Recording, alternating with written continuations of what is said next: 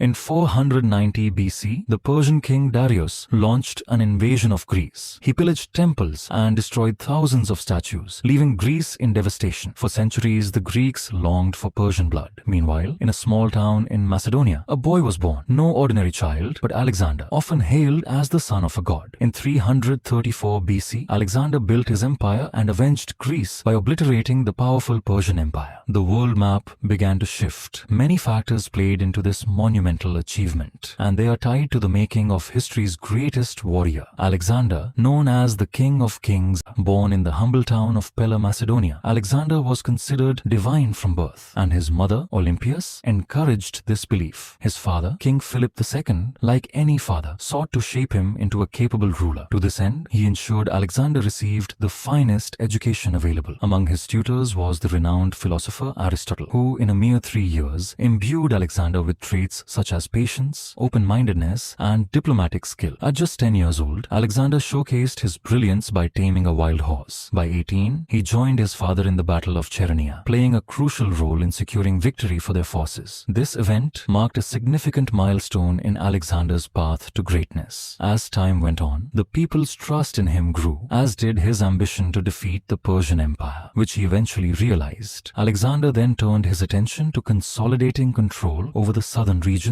of his empire. He marched into Asia Minor to confront Darius's army, which was double the size of his own. Despite being heavily outnumbered, Alexander triumphed thanks to his superior military strategy and unshakable courage. His victory over the Persians became legendary, with stories of his army's bravery still being told today. Throughout his campaigns, Alexander came to appreciate the strength of his army, a force that left a lasting impression on him. Even though his forces were smaller, his victories were achieved through brilliant strategy and intelligence. Following this triumph, Alexander took control of several regions in Asia Minor. Yet, despite conquering Persia, he did not attempt to erase the local culture. Instead, he allowed Persian rulers and governors to continue governing their territories, thereby earning their loyalty. This was Alexander's diplomacy at its peak, winning over hearts once the fighting had ceased. He continued to march south, extending his dominion over the Persian Empire. But Alexander's hunger for conquest knew no bounds. His ultimate objective was the complete destruction of the Persian Empire, and he advanced toward its most crucial strongholds. The next major confrontation saw Alexander's army face the largest Persian force yet assembled. Despite having only 27,000 soldiers to the Persians over 100,000, Alexander's shrewd tactics once again secured victory. Darius, the Persian king, was assassinated by one of his own commanders, marking the end of the Persian Empire and a pivotal moment in Alexander's destiny. By the age of 25, he had become the ruler of Asia, conquering lands as far as Afghanistan. But this raises a key question. Did Alexander truly conquer the Persian Empire? He did not impose laws or enforce changes on its people. Instead, he adopted Persian customs, participated in their festivals, and even married Darius's daughter. Through these actions, Alexander gained the trust and loyalty of the people. Nevertheless, Alexander never let his guard down. After uncovering plots against him, he ruthlessly executed the conspirators. His obsession with power pushed him to continue expanding his empire. After his triumph over the Persian army, his ambitions turned toward the Indian subcontinent. Alexander crossed into India, where he faced King Porus. Determined to defend his kingdom, Porus fought with fierce determination against Alexander. The battle with Porus was one of the longest and hardest fought conflicts Alexander had ever faced. Despite months of combat, Porus refused to surrender. Impressed by Porus's bravery, Alexander not only spared him, but also rewarded him with additional territory to govern. This act of generosity was rare for Alexander, but he admired the courage of his foe. Yet, the warrior who could not be defeated in battle eventually succumbed to illness at a young age. In June 323 BC, Alexander fell ill and died in Babylon. It took 6 days for his body to begin decomposing, a mystery that led many to believe he was a divine figure. Modern research suggests that he may have suffered a stroke, leading to paralysis, which slowed the decomposition process. Although Alexander's life was tragically short, his influence lived on. His conquests spread Greek culture far and wide, leaving an enduring legacy in history. His military tactics are still studied in military academies today, and his impact is evident across many cultures. Before you go, if you enjoyed this video, please like and subscribe to the channel for more fascinating content.